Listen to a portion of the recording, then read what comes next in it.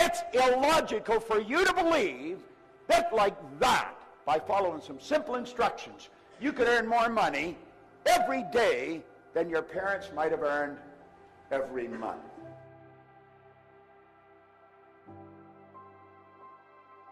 Can you be replaced? Everybody can be replaced. There's no such thing as an indispensable person.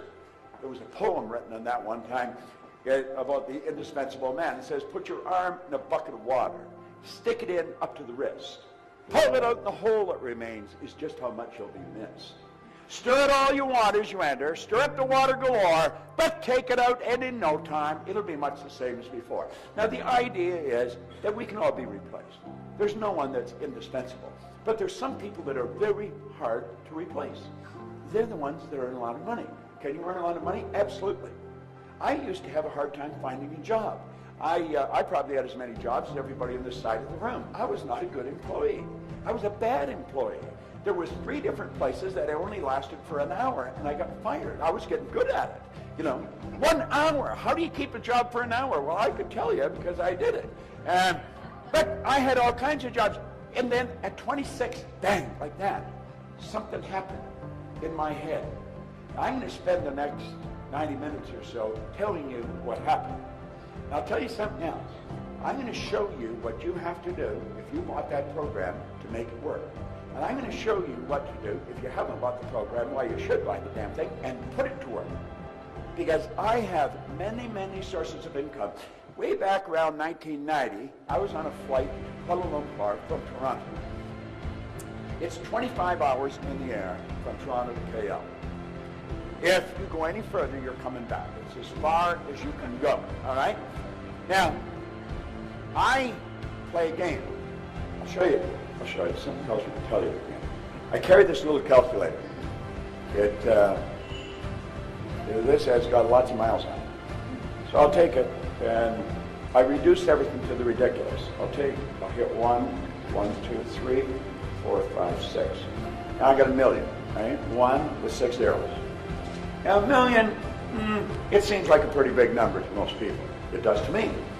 And I play with numbers all the time. A million. So what do? Well, rather than choke on it or throw it away, let's break it down. So I'm going to divide the million now by 12, because there's 12 months in a year. See, you can't think time and money at the same time, so I'm just going to think money. I'm just going to think money. Now, I realize I got to do this 12 times. I don't have to do it once. Now I'm down to 83,333. Now, that's a lot less than a million. But it's still quite a bit, because now I got to do it every month. So I take that, and I divide that by 4.3, because there's 4.3 weeks in a month. Now I'm down to 19,379. But I got to do that every week. That seems like quite a bit. I'll divide that by 2. I'm reducing it to the ridiculous. Now I'm down to 9,689. Okay? It's still quite a bit. If I got to do that between Monday and Wednesday, and again between Wednesday and Monday. I think I'll divide that now by 86. And you say, why 86? I just arbitrarily picked it. I could have picked 68. All right? Now, I'm down now to $112.67. Okay? Let me ask you a question, Tina. If I could show you a simple way that you could earn $1,112.67 twice a week. Now think of what I'm saying. I got this down to $112.67. If I could show you how to earn $1,112.67 twice a week, would you give me the 112 and keep the 1,000? I'm going to show you how to earn $1,112.67. You're not going to have to work very hard. It's not too much effort. Would you give me the 112 and keep the 1,000? I think you would too. Now, you see, I don't have to think of how to earn $1 million anymore. I just have to think, what the hell can I get Tina doing to earn $1,112.67 twice a week? And when I've got that figured out, if she'll do it, 85 other people will do it, I get $1 million coming in. And all I've done is think. Is that a good idea? Well, that's what he was talking about. This is it. Don't complicate it. You've got to keep it simple. Keep it really simple. Well, I was doing that on the plane going to Malaysia. And then I wrote the million on top of a sheet of paper, 1 and 6 zeros. So I either work with words or numbers. And thought, I'd earned $1 million back in the 60s.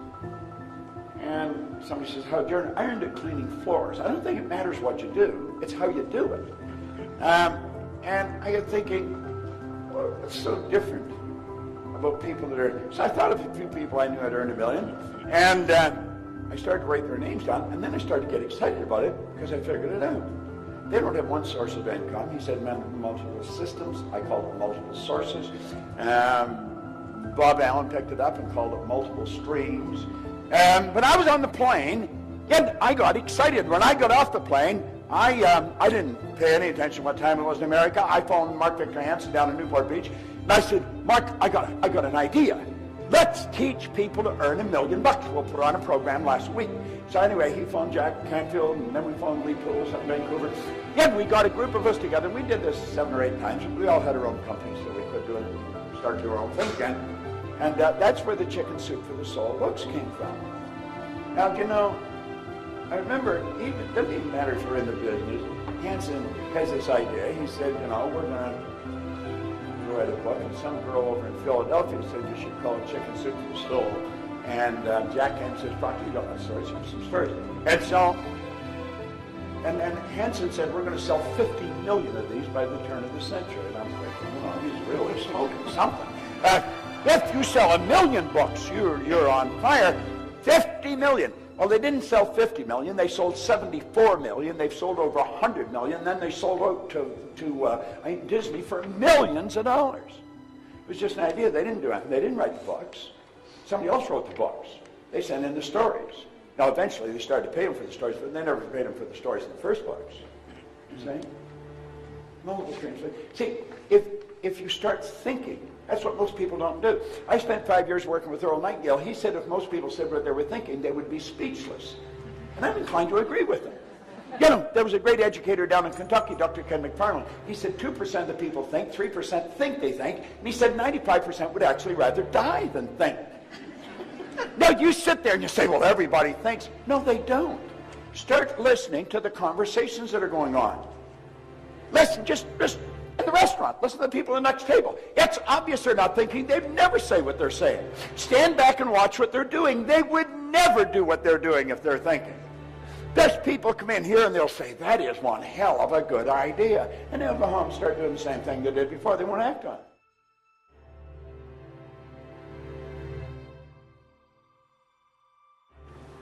Now, in every seminar, all kinds of people come up and they give you an idea. What they really want me to do is execute their idea. That's pretty common. At any rate, we put the idea together. I might have spent 2 days, but I didn't do it in 2 days. It would be a few minutes here and a few minutes there.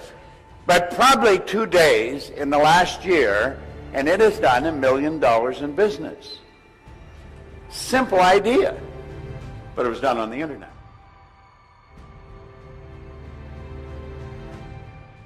He said the accumulation of great wealth calls for power, and power is acquired through highly organized and intelligently directed specialized knowledge. But the person who accumulates the wealth does not have to be the one that has the knowledge. Now, I have earned millions of dollars. I went to high school for 3 months. They asked me to leave.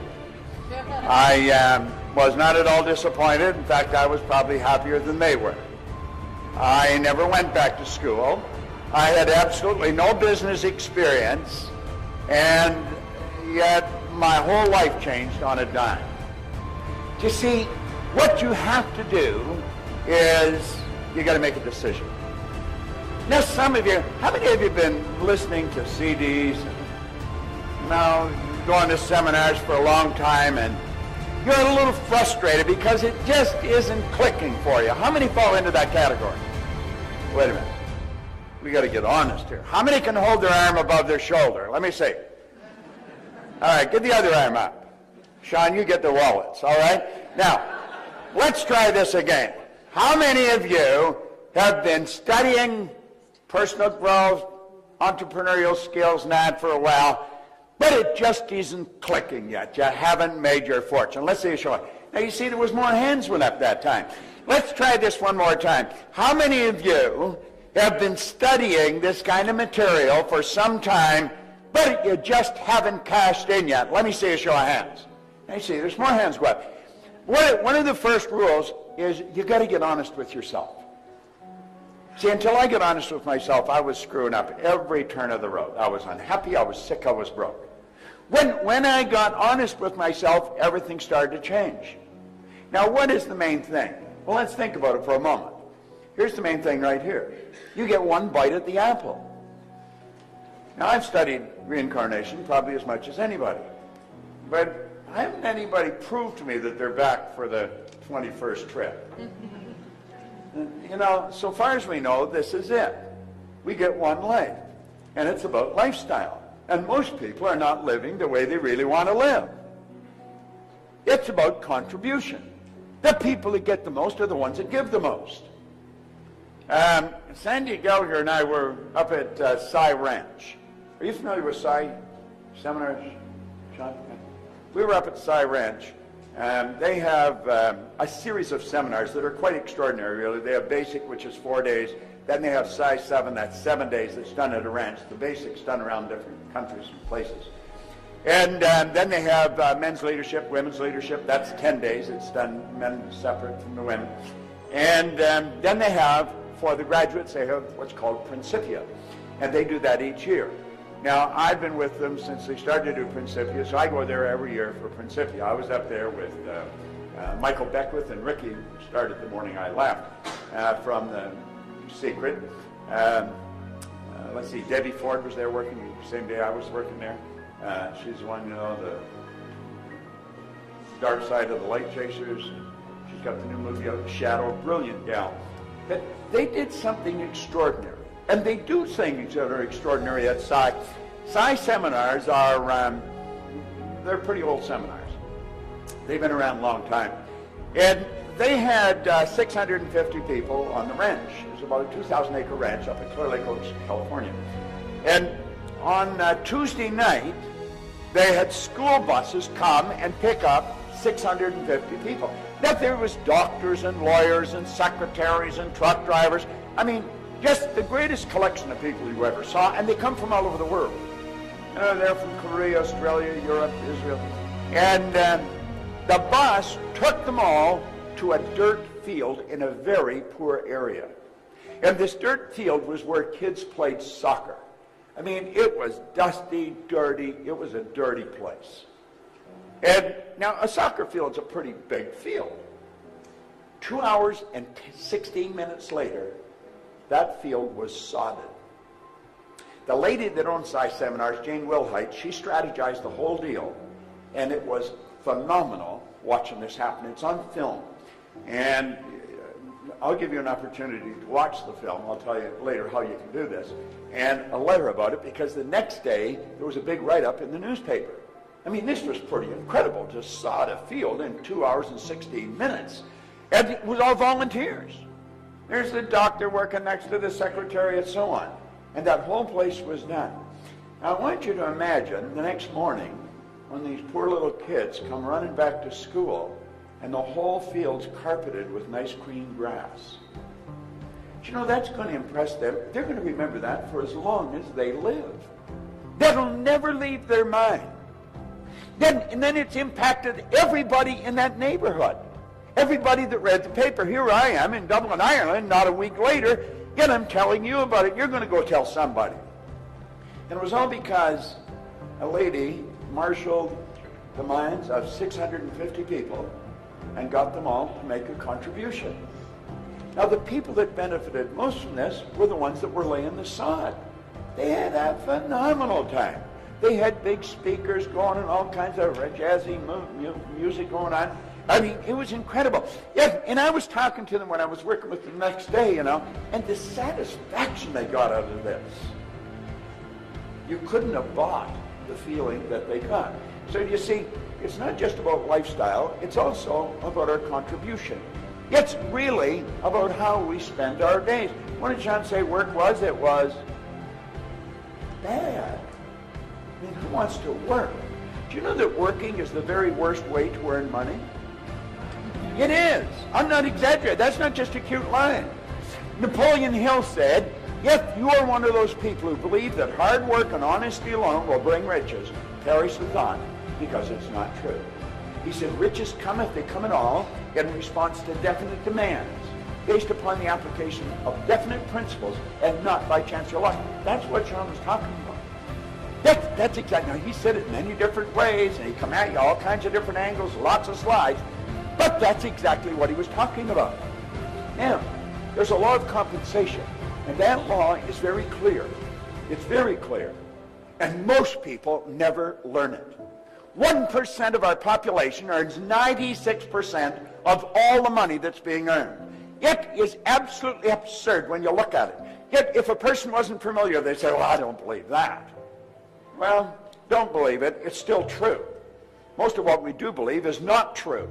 We believe that you should go to work to earn money. That is the very worst way to earn money. You should go to work for satisfaction. You provide service to earn money. Now think of this for a moment. The law of compensation says the amount of money you earn will always be in exact ratio to the need for what you do, your ability to do it, and the difficulty there is in replacing it.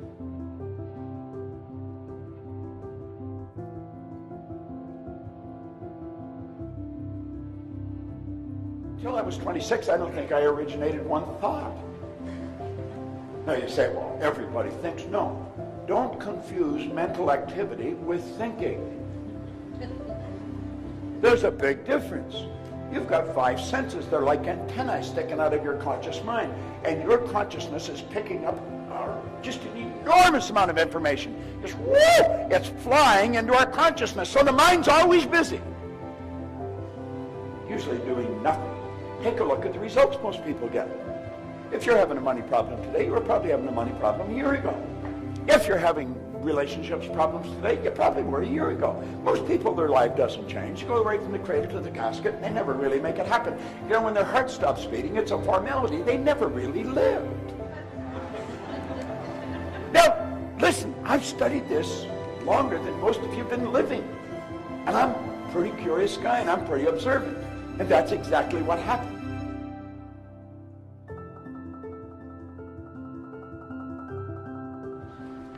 Becoming wealthy is so simple, it's a sin that most people don't do. Now look at this for a moment. What's preventing most people from earning the amount of money they want to earn?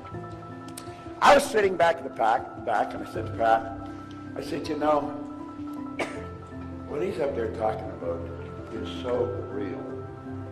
It is so real. How many know Frank Kern? Or how many know his name? Know his name. Well, he's a bit of a giant in this business. Would you agree with that, Joe? And he's like the patron saint of earning money on the internet.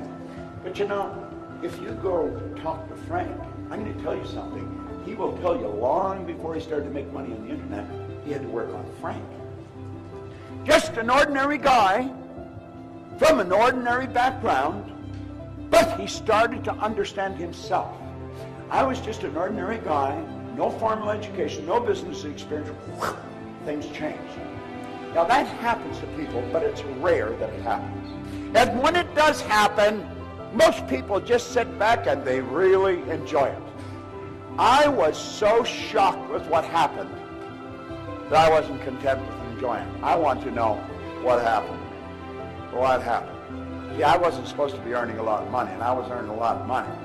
I've been raised to believe that you gotta be really smart if you're gonna earn a lot of money. And I knew I wasn't very smart, but I was earning a lot of money. So I thought that can't be true. Then I was raised to believe if you don't go to school, you'll never do well in business. Well, I hadn't gone to school. I had a company that was operating in Toronto, Montreal, Boston, Cleveland, Atlanta, London, England. Presently, I have a company that's operating in 47 different countries. And I've never been to school. I thank God sometimes I didn't go. Now, I'm not against going to school. I sent all my kids to school. I said, as long as you go, I'll pay. I thought one was never going to quit. But, you see, most of what we've been taught is not accurate. Then we're raised to believe that we're different. We're not different at all. We only look different. Do you know that every person in this room has exactly the same potential? There's only one mind. There's not a few hundred minds in this room. One mind, a few hundred expressions of it. My brother lives in Southern California. I live in Toronto. My office is in Phoenix, and I hardly work in either one of those places. But I'll phone him maybe on a nice day in the summer, and he'll say, "What are you doing?" I said, "I'm just sitting up by the pool reading." I said, "What are you doing?" He said, "I'm doing the same thing." I said, "What's it like there?" He said, "It's a beautiful sunny day." He said, "What's it like there?" I said, "A beautiful sunny day." We're 3,000 miles apart. We're sitting in the same sun. Only one sun. You can enjoy it here in Dublin. I can enjoy it in Toronto. You probably don't enjoy it here as often as I do in Toronto. I mean, but what the hell? You choose to live here. You know, it's your own choice. So don't act like you're a victim. Get the hell out from under the cloud, you know. Well, think about this for a moment, though. You see, this is so basic. Why do people not earn the amount of money they want to live the way they choose? Well, I'm going to tell you. I'm going to explain why they don't. Then I'm going to explain how this happens. And then I'm going to tell you how to change it. And if you really pay attention, and if you're prepared to go to the edge and let go, step out, I guarantee you, your life will change. I can guarantee it as sure as it's going to get darker tonight. Now, I can't do it for you. Pogo says, we have seen the enemy, they are us. We got to do it ourselves.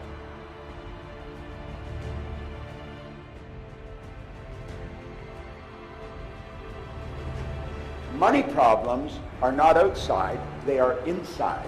And they rob us of the lifestyle we deserve. Paradigms are the problem. Now you'll find all kinds of people say, well, that's not really the problem. Look, I teach mental health to psychiatrists. If you go on our website, Dr. John Mike, who is a leading psychiatrist in America, out of Florida, he said I taught him more about the mind in 1 year than he had learned in 4 years of medical school, 5 years of psychiatric training. We were down at breakfast this morning, a couple of people, I told them from the opposite side of the table exactly what they were like. Was I accurate or not? I hit it right on the money, didn't I? You see, you hide nothing. Everything that's going on the inside shows the outside. I could read your personality walking by you in the hall. And I know exactly what you're like. I know exactly how to sell you. Should I sell you fast and emotional, or should I take my time with lots of facts and figures? How do you learn that? Well, you develop the awareness. You develop the awareness. Most people are programmed never to do that. Now think about this for a moment. This is so basic and it's so simple. Most people say they understand paradigms, however, their income and lifestyle state otherwise. If a person understood what's causing them to have the same problem over and over and over again, unless they were completely idiots, they would change it. Yes, see, we're not idiots. But we still have the same problem over and over and over. Why? We don't know why. Do you know, I went into the Prudential of America. It's the largest insurance company in the world. The largest insurance company, or was at that time. They spent millions on training. They did not know why their top people were their top people. Now, I looked at them and I said, I can tell you exactly why they're their top people. And I can show you how to get the other people to do what they're doing. Naturally, they listened to me, even if they thought I was nuts. There was an outside chance maybe I knew what I was talking about. And the truth is, I did know what I was talking about, and their sales went up by hundreds of millions of dollars. In fact, there's a retired VP who works for our company now, Paul Hutsey. He said, Bob, I think you raised the sales there over $1 billion. And all I did was teach the people why they're doing what they're doing and how to change it. And sales, whoo! I've gone into schools where there's kids that are struggling. Some of you have kids that are struggling with grades in school. How many got a kid that's struggling with grades in school? Let me see a show of hands. Everybody's got really intelligent kids here. Well, you know, I can show you why, and the reason they're telling you is not the right reason at all. They'll tell you it's IQ, it's this or that. It's paradigms. If a kid has a problem, let's say in mathematics, what do? We cram. Get in, cut off TV, no girls, no boys, no nothing. Just study. And they go to school and they have a test and the marks improve. Heat's taken off, they give the TV back, the girlfriends, the boyfriends, and whoop, numbers go right back down again. You see, what they did was just force it up, but it come back down. Because there's an inner thermostat here controlling it. It's called a paradigm. So we see that change. I've gone into state prisons in Canada. I've gone into maximum security, Kingston Penitentiary. I've had them take and tear up the parole. First of all, I had them parole people to me that were never going to leave the place. One of them, the warden called a mad dog. His name's Joe Gardner. He's gone now, and he gave me permission to tell the story. But they let him out in special parole to me. I hired him. He was the best employee I ever had. He was required to talk to the city police every week in Toronto, in the Mounties, just like the national police or federal police, every month. Not allowed to leave the city. I got them to tear up his parole, give him back his passport so he could move to England and open up the office with him. So I've gone into companies, I've gone into schools, I've gone into prisons. There isn't anywhere where this doesn't work. And I'm going to tell you something. It's got nothing to do with your intellect. Nothing. You may think you're not that sharp, it'll work. You may think you're really smart, it'll still work. Yeah? And probably if you think you're not that smart, it'll be easier. All right? Now, look, I want you to think about this. What are paradigms? Paradigms are nothing but a multitude of habits. That's really what they are. A multitude of habits. And they're other people's habits that are passed on from one generation to the next. Why do you think you're so much like your relatives? Why do you think you even look like them? Why do you think you like the same food they like? Did you decide? I was holding a little baby up the front here, 12 days old. That baby's being programmed right now. I was telling them, I said, you could teach this baby to read now. Did you know that? And they said, no, we don't know it. Well, if you don't know it, you probably won't do it. Could you do it? Yeah. You can teach that baby multiple languages. That baby's a linguistic genius at 12 days old. Most people don't know that, so they don't do it. You see, we live in absolute ignorance. We'll take babies at night and we'll bundle them all up tight. We want them to keep warm. Let me tell you something. Where there's no physical movement, there's no neurological development. We're slowing the kid down. We put them in a crib and we put the cover so tight we don't want them to move. We want them to get warm. What we should do is turn the temperature up in the house. We'd be uncomfortable, the baby'd be comfortable. Put them in a track on the floor around your mattress, and they'll start crawling right from birth. A baby that doesn't crawl has difficulty reading. There's so many things that we don't know.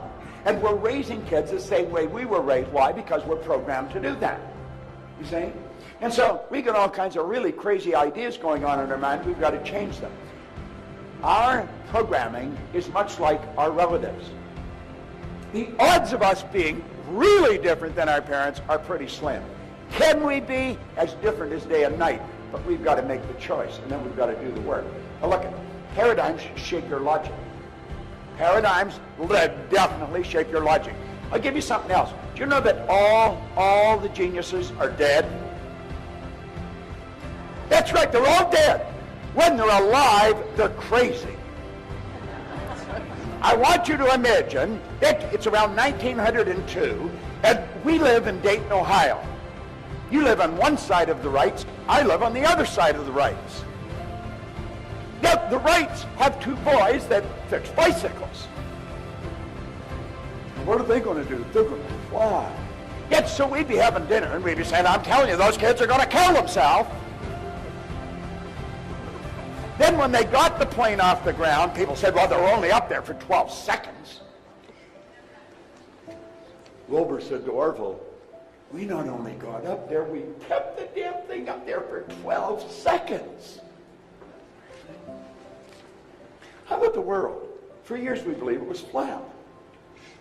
I mean, it's the only logical explanation there is. I mean, how would people live on the side of it? Forget the bottom.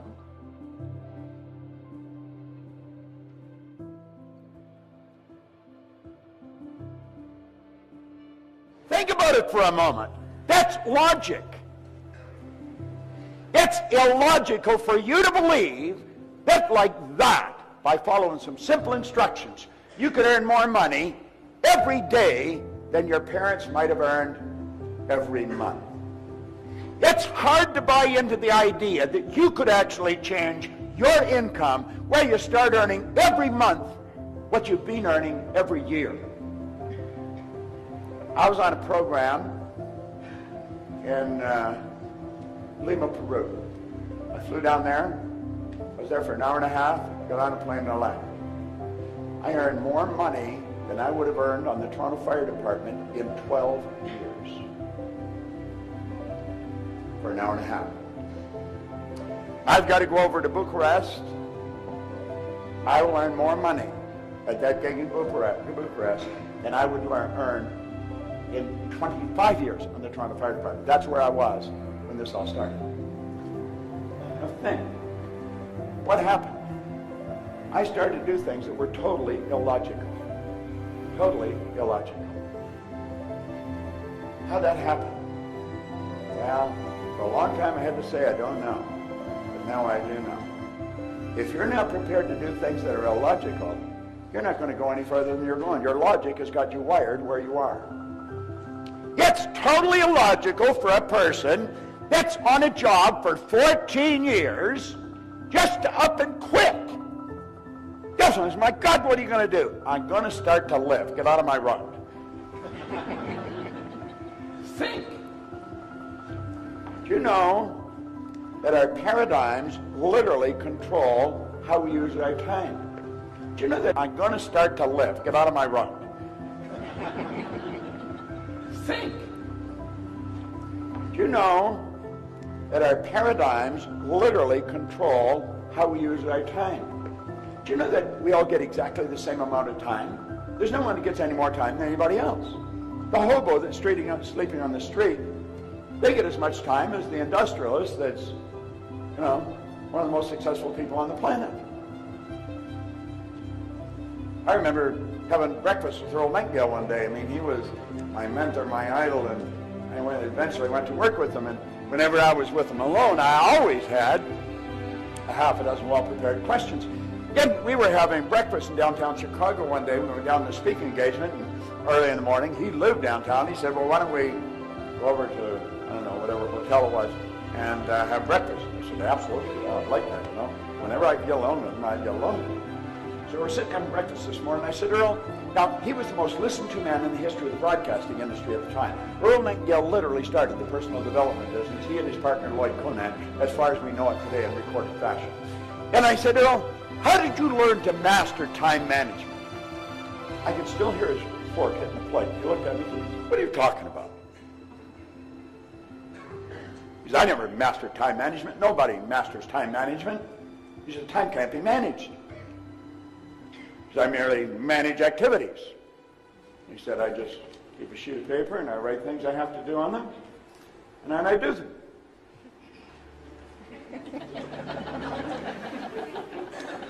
He said, is that it? What the hell else would there be? That morning at breakfast, I probably learned an idea that was worth millions of dollars to me. If I have something to do, I just write on a little sheet and I do it. Somebody asked me what I do with my spare time. I don't have any. I don't have any spare time. Andrew Carnegie was the wealthiest man in the world. He spent half his life earning money and the other half giving it away. Napoleon Hill asked him that. He said, I don't have any spare time. I don't have any free time. He says, free time, spare time is a waste of time. And he said, you only get so much. You're obligated to do everything you can with the time you've got. Do you know when you're happiest? When you're most productive. You know when you're unhappiest? When you got nothing to do. What do you do? Nothing. No. Most people get lost watching a television set.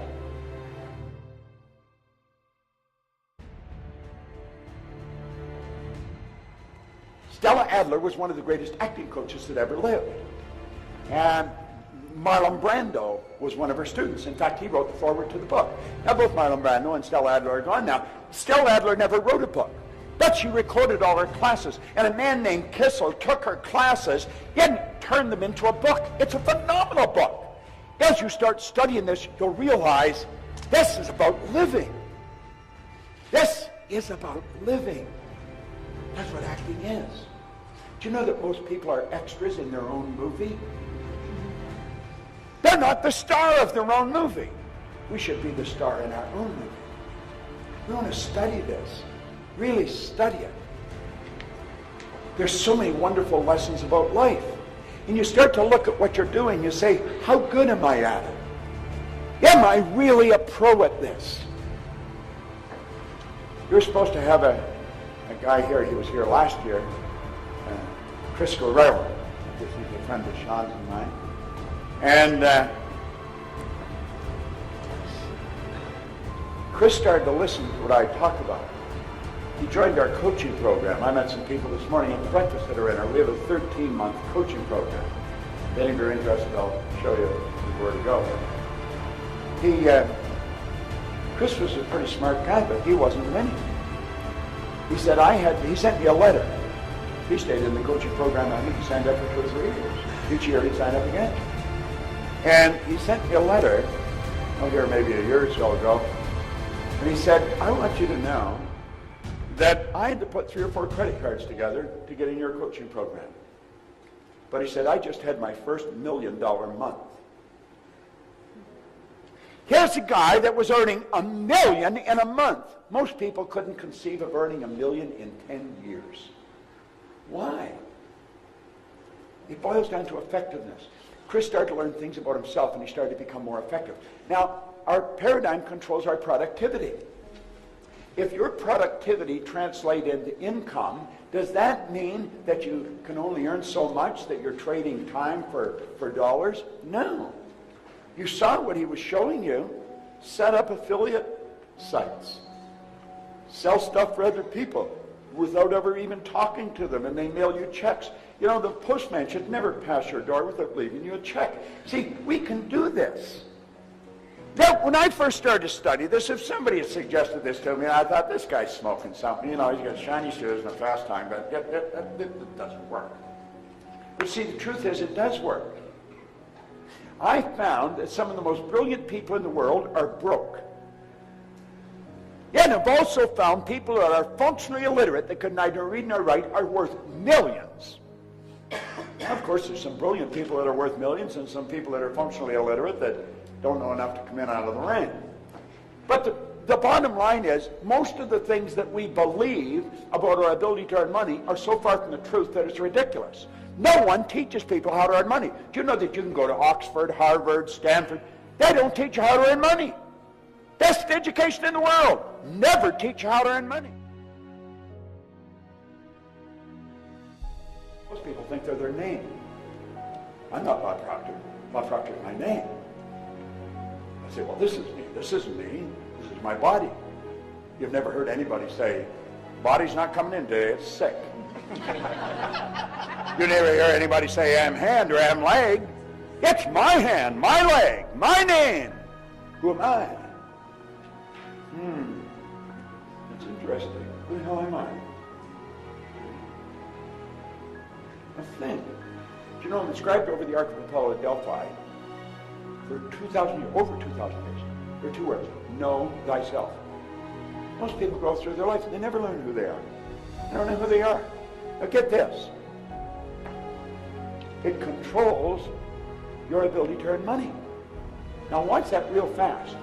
Because when bad news hits like we're hearing now, most people lose complete control. They stop being effective, and bingo, the money shrinks. And they're blaming it on the economy. I'm planning for this to be the best year I've ever had in my commercial career. I could have a bad year. I can have a good year. I rented a cruise ship. And I took 3,000 people on a cruise 3 years ago. And we earned a few bucks and we had a great time. Got a lot of business. So I thought, man, I'm going to do this again. So I did it again last year. I lost $2 million. Now what I learned, don't take people on cruises. I'm not going on another cruise. Unless I just go myself, I'll buy the best cabin they've got, I'll put my feet up and really enjoy myself, and it'll be a lot less than $2 million. And I won't have to work at all. See, I was wandering into an area I knew nothing about. What we want to do is pick our niche. Then get so good at it. And understand that paradigms control our life. Now, when I say paradigm-wise, paradigms are a multitude of habits, and get this, they're other people's habits that we inherited. You can blame whoever you want for being who you are because you probably didn't do it. But understand this, they give you the best they had, they couldn't give you what they didn't have, and you are responsible for changing it. No one can change you but you. If we want to cry over what's happened in the past, go ahead. It ain't going to do you any good. You want to take it on the chin and say, I'm going to change. Can I change my paradigm? The answer is an emphatic yes. Now get this. When we know we can change the paradigm and the paradigm's controlling our life, this is what the win is. You have hope. When I first got this, I didn't have any hope. When you have hope, you have no hope, you have no options. There's all kinds of people within walking distance of this hotel right here in Dublin that have no hope. They have absolutely no idea how they're going to even make it, let alone win. And I'm going to tell you something. They're not stupid people.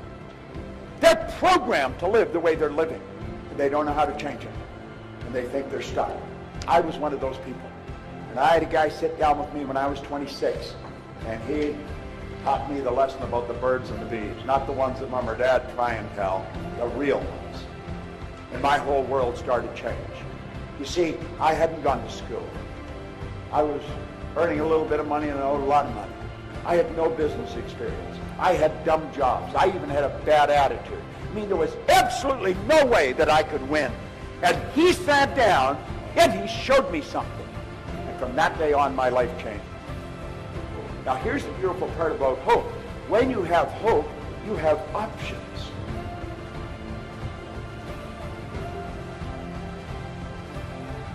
What this program is doing over 2 or 3 days, it's making you aware of options. You have so many options. We're creative beings. We're capable of doing great things. And most people don't. Now there, you can't see the red very well. My hard. I'll tell you a true story. I read that book. I set a goal of having $25,000. He said, write what you want in a card. I've got cards for everybody. If you haven't got one, you can get one in the back of the room. A gold card. Put it in a plastic sleeve so you can carry it loose in your purse or pocket. I had $25,000. That's what I wanted. I didn't even know anyone with $25,000. I was on the fire department. We had to sell the trucks to come up with that kind of money. But that was the goal. Well, I started to think about earning money, and I quit thinking about debt. If your goal is to get out of debt, you're going to stay in debt forever. You say, but my goal is to get out of debt. I don't care. I don't care if it's get out or get in. If you're thinking debt, you're going to attract debt. You've got to set up an automatic debt repayment program so you don't even think about it, and it's looked after, and then start thinking about prosperity or wealth. So I had this goal of $25,000. I started to think, somebody said, there's good money cleaning floors. I said, I'm not proud, I'll clean floors. So I scratched around. I got somebody to lend me $982, is what I needed, to buy an old floor machine, some buckets and mops, and I got one office to clean. Canada starts on Comstock Road in Toronto. I washed the floor twice a month, $15 a time. Then I got another office to clean, Kirby's Construction on Wakefield Avenue. I got $65 a month. Now I'm up to $100. $95. And man, I thought I was dying and going to heaven. I was only earning $400 a month on my job. Pretty soon I was earning $1,000, then $2,000, then $5,000. Wow. Now the chief was only earning $11,200 a year. I went past that in monthly income, and I was still afraid to quit the fire department. That's how false security's got us wired, you see. Well, at any rate, I thought the answer was work harder. One day, I woke up, and I looked up, and there's a great big cop looking at me. He was huge. Then I noticed there's lights flipping all around me. And then I noticed a crowd of people. And I was scared. I was regaining consciousness. I had literally passed out from exhaustion on the street. I thought the answer was work harder. I guess people thought I had dropped dead. They phoned cops and ambulance and everybody.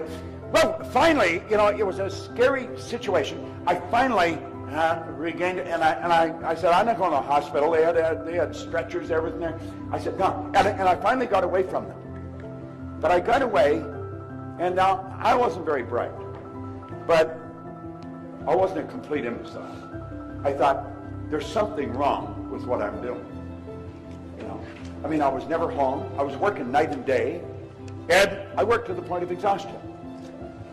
So I got off by myself, and it was like a little voice in my head said, if you can't clean all of them, don't clean any of them. So I got all dressed up.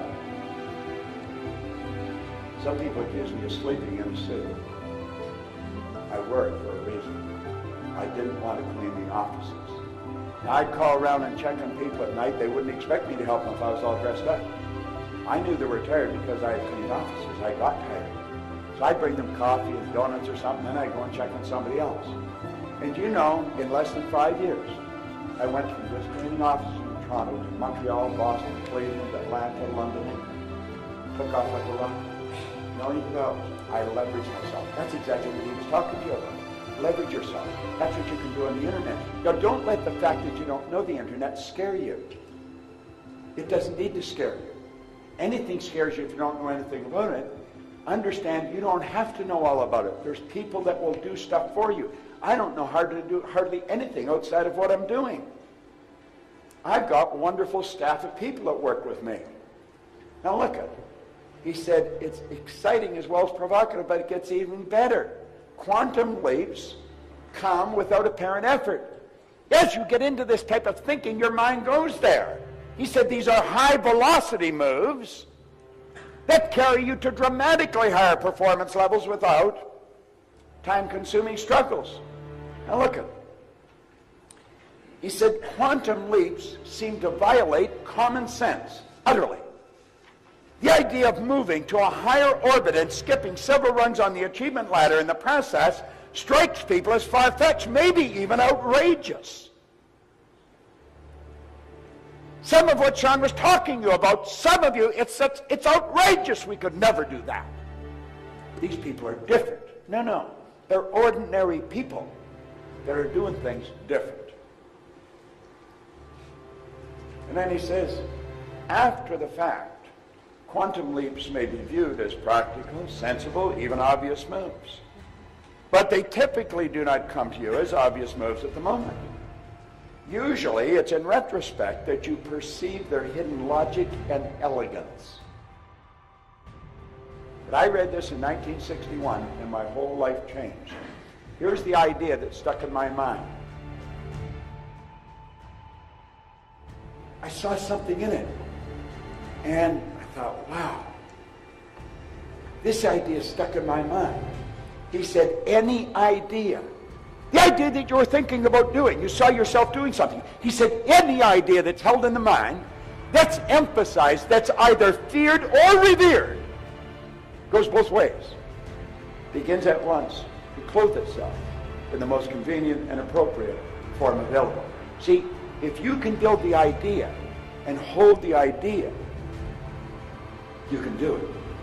You've got a higher faculty that I'll talk about a little later. It's called the will. The will takes precedent over all these reasons why you can't win. When John Kennedy was President of the United States, and he asked Dr. Wernher von Braun what it would take to build a rocket that would carry a person to the moon and bring him back safely to Earth, von Braun didn't go on about all the scientists they'd need and all the money they'd need. He answered him in 5 words, the will do it. This is exactly what he's saying. If you will lock into that idea, and if you have to borrow the money from your grandmother, do it, and get into the idea. Set up multiple sources of income. I don't even know how many sources of income I got. I'm not interested. I treat it like a game. It's just something that I do. I do it because it's fun. All right? He said, any idea that is held in the mind, that's emphasized, that's either feared or revered, will begin at once to clothe itself in the most convenient and appropriate form available. Well, Ray Stanford sat down with me with that book, and he put an R on a sheet of paper. Then he put 3 letters down beside it. He said, Bob, let this represent happiness, health, and wealth. Then he asked me if I thought he was a happy guy. I said, yeah, he seemed pretty happy to me. He said, have you ever seen me sick? And I had to admit I hadn't. He said, have you ever seen me when I was broke? And I had to admit I hadn't. Well, he said, you've got to be one of the most miserable people I've ever met. And I was a very unhappy human being. And I had been unhappy, I think always. Now, that didn't mean I didn't have periods of fun. I had fun, but fun is very short-lived and it's very shallow. Happiness is something long-lasting and it runs very deep. There's an enormous difference in the two. So I had fun off and on, but I had always been a pretty unhappy human being. And he said, you're always sick. Now, I said, you don't have a terminal illness or anything, but you've always got a cold or a headache or something. And he said, you're always broke. And he said, I want you to know something. This stuff can't talk, but it can hear. Yet if you call it, it'll come. Well, he had my attention. I thought, my God, yes, that's right. You know, I was ready to get a blowhorn and yell for it. Well, you see, I was earning 4 and I owed 6. So what he said was appealing, but I couldn't relate to it. My paradigm wouldn't even permit me to imagine myself where he was taking me. Now, this guy was very emphatic. I am very emphatic about this information. You may not agree with me. You may not believe what I'm telling you, but you know I believe it. Well, that's where I was at with him. I didn't really believe that I could do what he was saying, but I believed he believed I could. Yet he said, as long as you'll do what I tell you, I'll help you. I was telling the people at breakfast this morning, I got a rule in coaching. If you don't do what I tell you, I quit talking to you. And there's no refunds. That's the deal. And we go into that deal right at the start. Otherwise, I'm wasting your time, you're wasting my time, we're wasting our time. That doesn't make sense. You see? Well, that was where I learned it. He said, as long as you do what I tell you, I'll help you. Yeah, and I had such confidence in him. I believe he believed in me. Yet he said, your way's not working. Why don't you try mine? Within a year, my income had gone to $175,000. Then it went over $1 million. I think earning money is probably one of the simplest things I've ever learned to do. I think it was easier than learning how to drive a car. It was a lot easier than learning how to build a PowerPoint slide. Oh yeah, no, it really was. You see? But I learned how to do it. Now here's my contention. If I could learn how to do it, anybody in this room could learn how to do it. Now, you see me standing here, I'm fairly articulate, and I'm quite comfortable in front of an audience. I used to be very shy, quiet, withdrawn person. I couldn't even stand up and ask a question in a group. And so they'd be looking at me, kind of saying, well, bless you, he earns all kinds of money, he's totally relaxed, you know, he's different than me. No, I'm no different than you. I may appear to be different, but I'm going to tell you something. I would have never even been in this room. I wouldn't have even had enough awareness to come to something like this. I'd have never believed I could learn how to do anything like this. If this guy hadn't lived next door to the fire hall, if he hadn't seen something in me that I couldn't see, and then he had a desire to teach it to me. Somebody was asking me this morning, I said, I wanted to go and meet Earl Nightingale to find out what made him tick. He said, what makes you tick? That's what makes me tick. I've got an insatiable desire for you to get what I'm giving you here. I want you to understand this. I want you to know that like that you can change your life. It's simply a decision. I was listening to Pat yesterday, and he said something right at the start of his meeting. You've got to be careful. People are going to get angry with you. People are going to accuse you of all kinds of things because you're leaving them. They don't want you to leave. Understand this for a moment. There's a certain social circle around you. There's people that you hang out with. They're your friends, your relatives, neighbors. Here's a rule. Mike Bosch taught me this. He started Federal Express with Fred Smith. He said, people don't resist change. He said, people resist being changed. That's a very significant point. I used to think people resist change. They don't resist change. People resist being changed.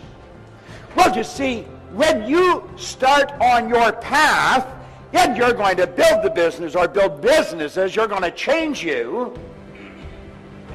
you're going to leave them. Oh, it isn't a quick divorce, but you're going to drift away. You're not going to have the time to sit and talk about nothing anymore. You've got more important stuff going on in your head. They don't want you to leave. You are forcing them to adapt to your absence, and they're fighting it. Now, it's a bit of a paradox because if you wired them up with a polygraph and said, do you want Harry or Betty to win? They'd say, of course we want them to win. But if you got into their emotional mind, we don't want them to leave. They won't talk to us. I hardly ever see them anymore. They got that great big car. Who do they think they are? What the hell do you expect them to do with the money? Bury it in the yard or something? They don't think. Well, that's what happened. My life changed. I immediately began following Napoleon Hill's teaching. I am a dyed-in-the-wool convert. And I decided, rather than copy the dummies, I was going to copy successful people. I remember one day, I walked into a bar, and I picked up a drink, And I looked at it, and I looked around, and I thought, they're all bums in here. And they were. Then I thought, my God, I must be too. I'm always here. Then I put that glass back down, and I said, I am never coming back, and I'm never going to pick that up again. And I never did. That was a long time ago. And you know, none of those guys have phoned to see if I was ill. I don't even think they know that I left.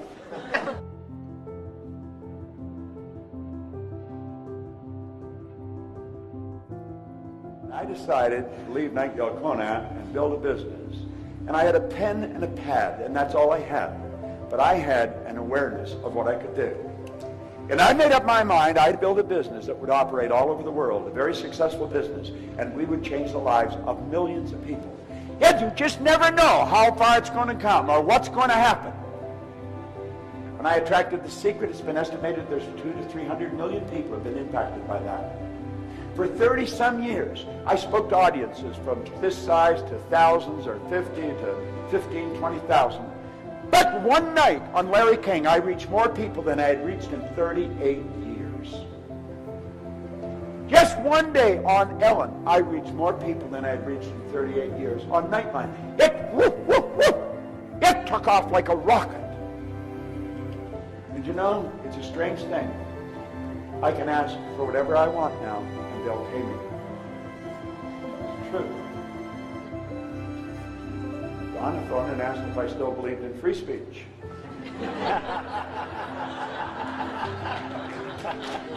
I came here because Mark Victor Hansen and Chris Guerrero phoned me from here last year, and they said, Proctor, you got to come over. So here I am. But I decided I was going to follow his vision. And you know, he had great friends. This is one of his friends. I like what Edison said. He said, if we all did the things we're really capable of doing, we would astonish ourselves. I think it's time we astonished ourselves. What do you think? Your results are an expression of your own level of awareness. Do you know that thought waves are cosmic waves that penetrate all time and space? Do you know that thought is the most potent form of energy there is? You hit send and your email is omnipresent. Well, so are your thoughts. This is phenomenal when we start to think about it. We don't really realize what we've got going for us. And what we want to do is learn how to expand this. You sit down with Steve. Steve can blow your mind with what he knows about the mind. And let's become aware that you and I have infinite potential. Now, I'm going to be honest with you. I don't really know what that means. I really don't know what that means. Infinite means no beginning, no end. So my potential, there's no beginning, no end to it. No one alive can even guess at what I am capable of doing. Well, if that's true of me, that's also true of you. No one, the most erudite scientist alive, cannot even guess at what you're capable of doing. Now, I can show you how to change your life on a dime, but you've got to do it. I can show you, if you want to study, how you could walk past a person and tell them, like, I know I was right on the money with you, and there was everybody else that I talked to. I can sit and look at you, I just walk by you, and I know what's going on. You can learn to read people like a book. We've got mental faculties that can do that.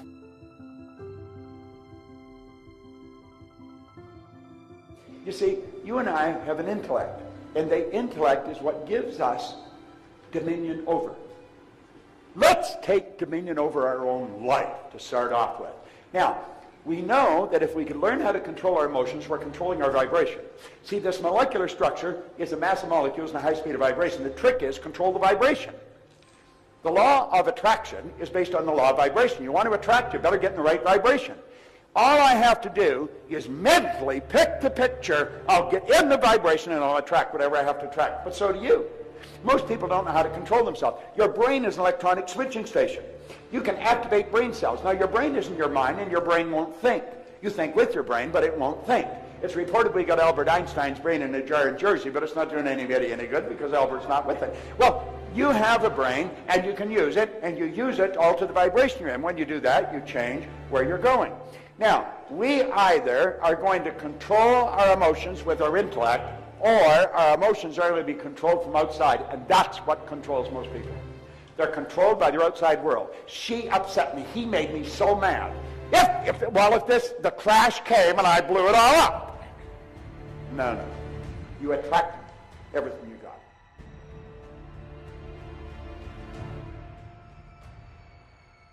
activate your intellectual factor.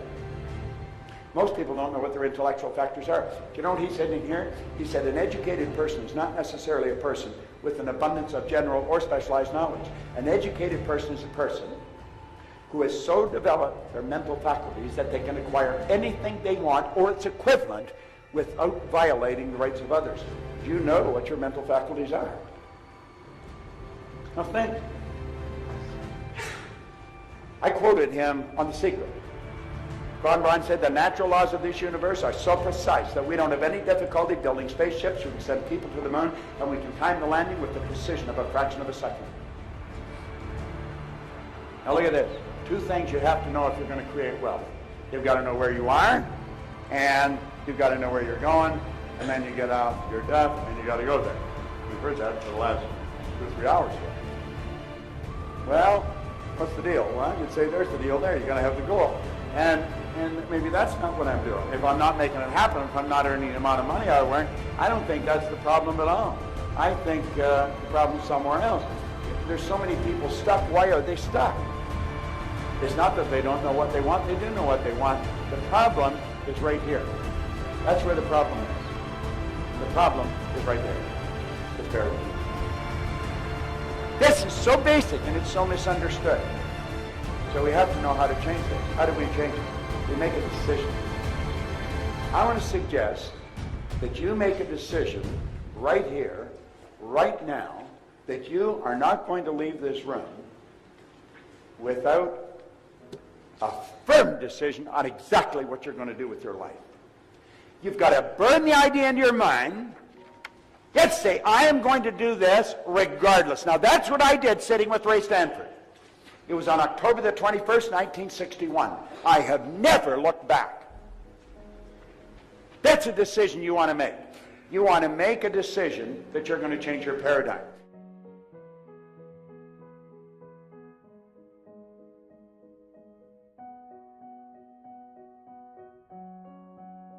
It's something I want you to really focus on. You and I think in pictures. We think in pictures. If I asked you to think of a feather, you don't think F-E-A-T-H. You get a picture of a feather. If I asked you to think of a hot air balloon, you get a picture of one.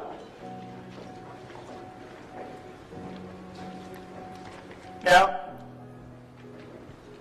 here's a question for you. What does your car look like? I want you to think of that for a moment. Tina, what's your car look like? What color is it? It's black? 2-door, 4-door? 4-door. What color is the interior? Gray. You didn't have a difficult time telling me that, did you? As a matter of fact, as you're telling me that, you're seeing the car in your mind, aren't you? Yes, you are. You have a refrigerator in your kitchen. What color is it? It's what? Stainless steel. 2 doors? Top and bottom? Do they open from the left to the right or right to the left? Left to the right. Now, you just went in the kitchen and looked at your refrigerator, didn't you? Tell me what your mind looks like. Now, I want you to think of this for a minute. Tina had no difficulty telling me what her car looked like, what color it was, what the interior was, what the refrigerator looked like, whether it moves from the right to left or left to the right. She actually went and looked at her car. She went into her kitchen and looked at her refrigerator. Although her eyes were staring at me, she was mentally in her kitchen. What does your mind look like? Fairly cluttered. Is it big? Bigger than the bread box? Bigger than the bread box. What color is it? It's pink. Is it dark pink or light pink? What color is mine? Mine's whitish. Yours is pink. How come I got white and you got pink? You're just making this up as you go along, aren't you? You don't know what the hell it looks like, do you? How you doing? Would you agree, Tina, if you want to make a quantum leap, if you really want to make things happen, you've got to move some things around in your mind. Would you agree with that? But you don't even know where your mind is. Where is it? You think it's up here, up somewhere up there. Whereabouts, though? Is it front or back? You're thinking of your brain, aren't you? But your brain isn't your mind anymore than your fingernail is. See, most people get off the track here. And I'm not embarrassing you, because if I went around the room, how many of you are in the same spot as Tina's at? Everybody's got their hand up. Well, I don't know what my mind, where is my mind? You know? And we don't know where our mind is. Well, that's a serious problem. Because you see, as we ask ourselves, what does our mind look like? We don't know what our mind looks like. We're stuck. We can't tell what our mind looks like. So questions fly on the screen of our mind. Now understand this. If you don't have an image, you've got confusion. Let's suppose I ask all of you to help me change the setup of this room. And you all agree you'll do it. Yeah. And I say, okay, let's go change it. You jump up, you grab a chair, and you look, what's he want us to do? I don't know. Ask him. No, you ask him. No? There'd be absolute chaos in here. You know why? No picture. But if I said, let's change the setup of this room, we're going to make that the front of the room, this the back of the room, bang, like that, everybody could be moving and we'd have it all done. You know why? You got an image. But when you try and change something with your mind and you don't have an image, you've got confusion. Now, out of confusion will come order. And it's a higher degree of order than that which existed prior to the confusion.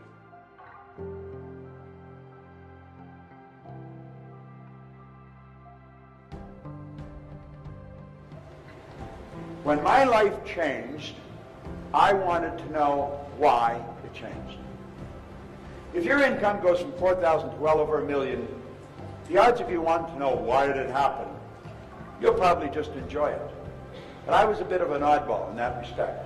I wasn't satisfied with just, I wanted to know why. Why me? I did not believe that there was some emotional or capricious God that picked me out from the crowd. I just didn't believe that. But I knew something happened. And I just said, well, I'm cleaning floors. But there was other people cleaning floors. They didn't enjoy the success I was enjoying. How come me and not them? Why was I so... Like I could go into a city and nothing flat. I'd have a business going. I wanted to know why. Because I wasn't even very bright. And I knew I wasn't very bright. There was all kinds of things about business I didn't understand. And so I started to look. And I realized somebody had to know, and they've either written in a book or they're talking about it. I made up my mind I'd read every book that was ever written if I had to. That was the first book I read. That was the only book I had read. I was 26. I didn't even read comic books. Today, Earl Nightingale one time said, if you surround your mind with greatness, someone will rub off. I've got a beautiful library at home, and I can expand on it because I've got more books now than shelves. And I've got about 3,000 books on the shelves. They're all in alphabetical order by author. I got a small table that I put in the center of the room. That's my office. That looks out on a beautiful garden. I sit there and I'm surrounded by all this wonderful information. First thing I do when I get up in the morning, I go out and I just random, pick up a book, and I sit down and start reading. I want to study. I want to expand my mind. I want to know more. Well, I want greater order.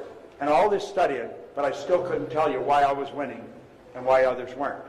And for the same reason, corporations are at stymied trying to figure out how come one will and another won't.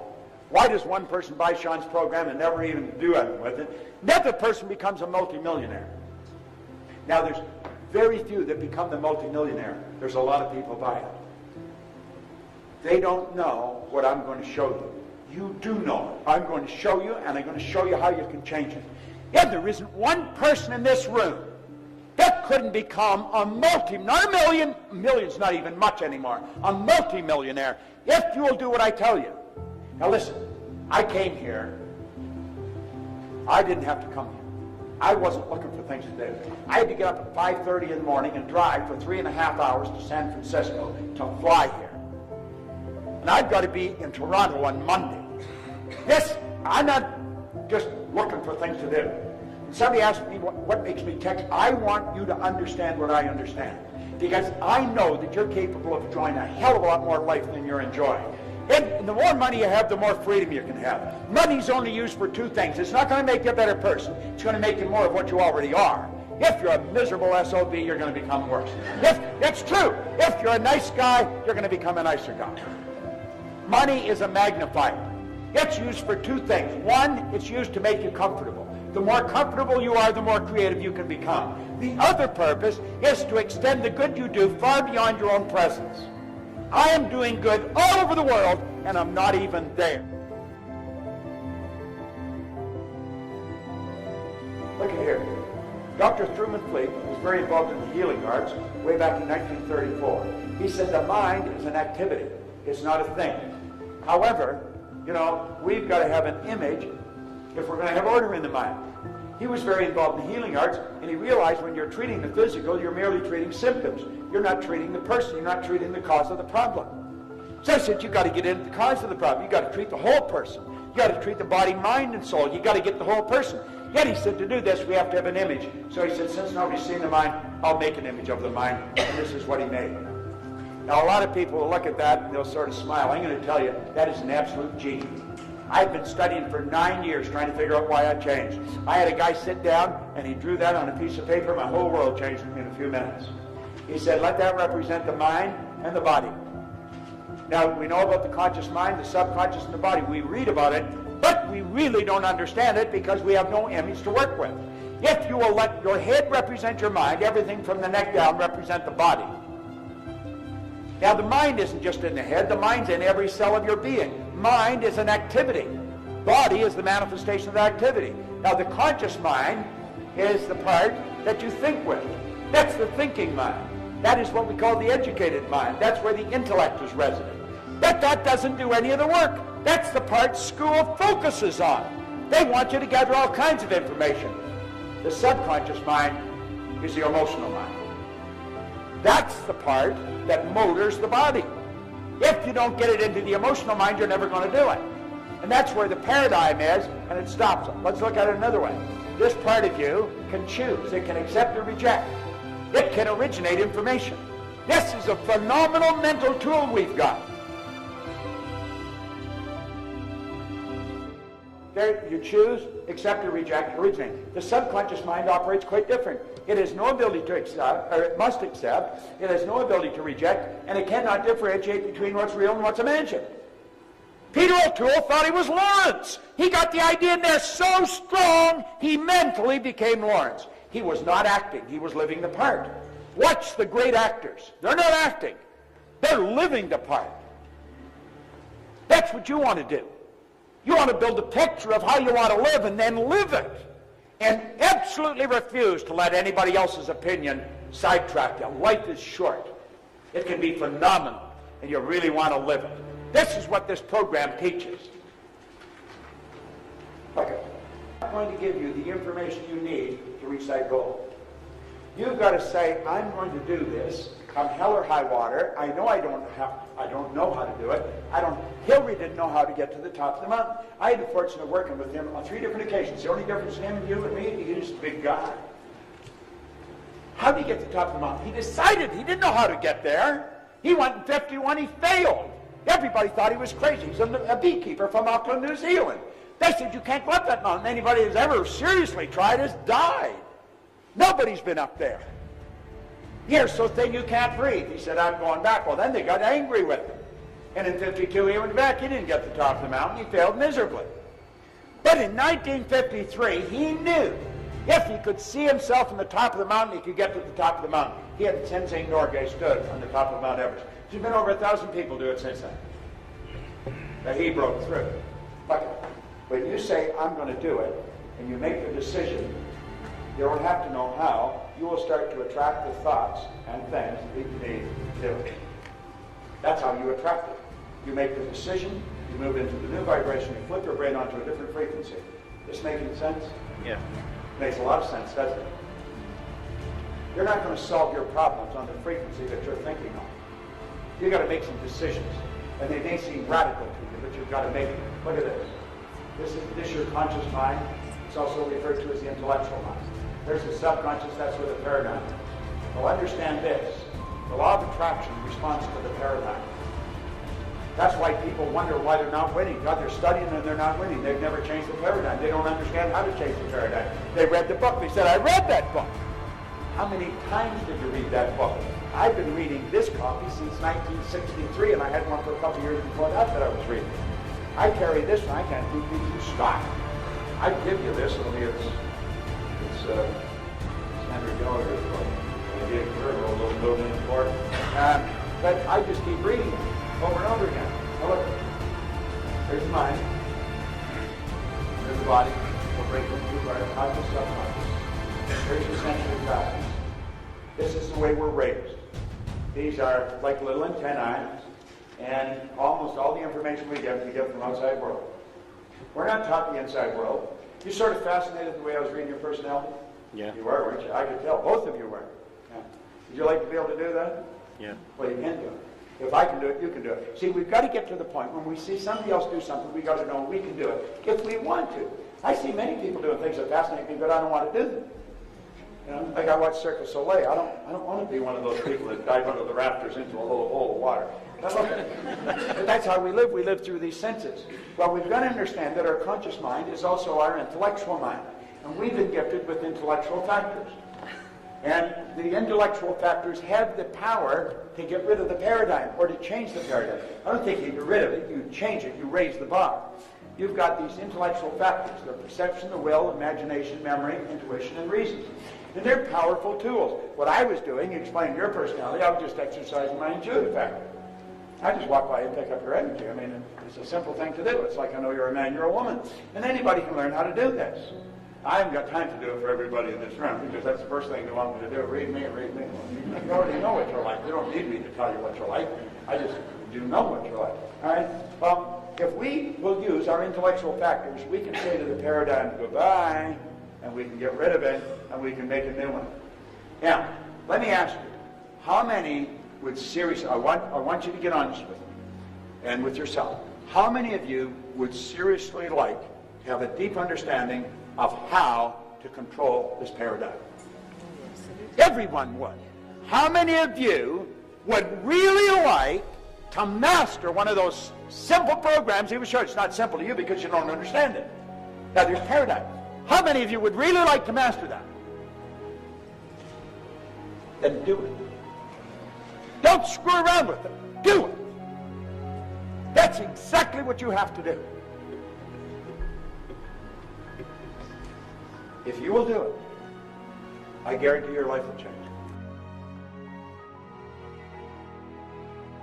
He said, how are you going to do it? You didn't know how you were going to do it.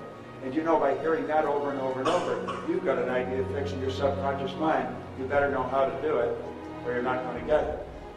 You don't have to know how to do it. You don't even have to know how you're going to buy this. You only have to know you are. And the second you make the decision, the information starts to flow into your consciousness. I had no idea how I was going to build this company. I have no idea how I'm going to expand it. I got a better idea than I used to have because I got some real key people. I've got a woman now that runs a company and really knows what she's doing. So you see, that's where it's at. So let's look at this now. Here we are, consciousness. We're operating with a different awareness, though. We build an image in our conscious mind. When we know that paradigm's there, we say, I'm going to override it, and I don't care if it causes a lot of discomfort or not. It may scare me. I'm going to get emotionally involved in this idea. I will control the vibration I'm in, and therefore, I'm going to actually attract into my life. The image you impress upon your subconscious mind controls your vibration. Your vibration controls what you attract. Now, are you going to remember everything I tell you? No, you're not. In fact, about 66% of it will be gone by tomorrow morning, 90 to 100% within a month. But here's the point. What I've said, you understand. I've explained it in such a way that you would have to understand it. If I have a talent, it's for taking complicated concepts and explaining them in a very simple manner. And I developed the ability to do that because I was a very simple guy, and the people that taught me had to teach me in a very simple way, or I wouldn't have got it. But now, I can explain it so that the most erudite executives get it, but so do kids in school. Now, I know you're sitting there and you may be thinking of why you can't do it. Don't spend any time thinking why you can't do what you really want to do.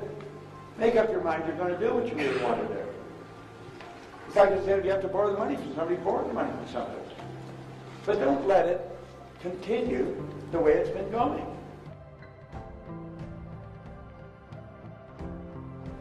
Don't ask anyone what they think you should do. Don't even ask your spouse. We are in the habit, it's part of our paradigm, of saying, what do you think I should do? When my wife comes and asks me, I say, what the hell you ask me for? I don't ask her. You should never ask anyone. Do you know why we ask people what they think we should do? We're looking for approval. We don't have enough confidence in what we know inside we should do. Let's start doing what we know. It's our life. Nobody else says, if we don't make the decision, nobody can do it for us. Viktor Frankl brought that out beautifully in a book, Man's Search for Meaning. Here's a Jewish psychiatrist from Vienna, spent the war years in the camp. He said there was no one that could cause him to think something he didn't want to think. You know, you could take that and explain it another way. Nobody can make decisions for you. You got to make them for yourself.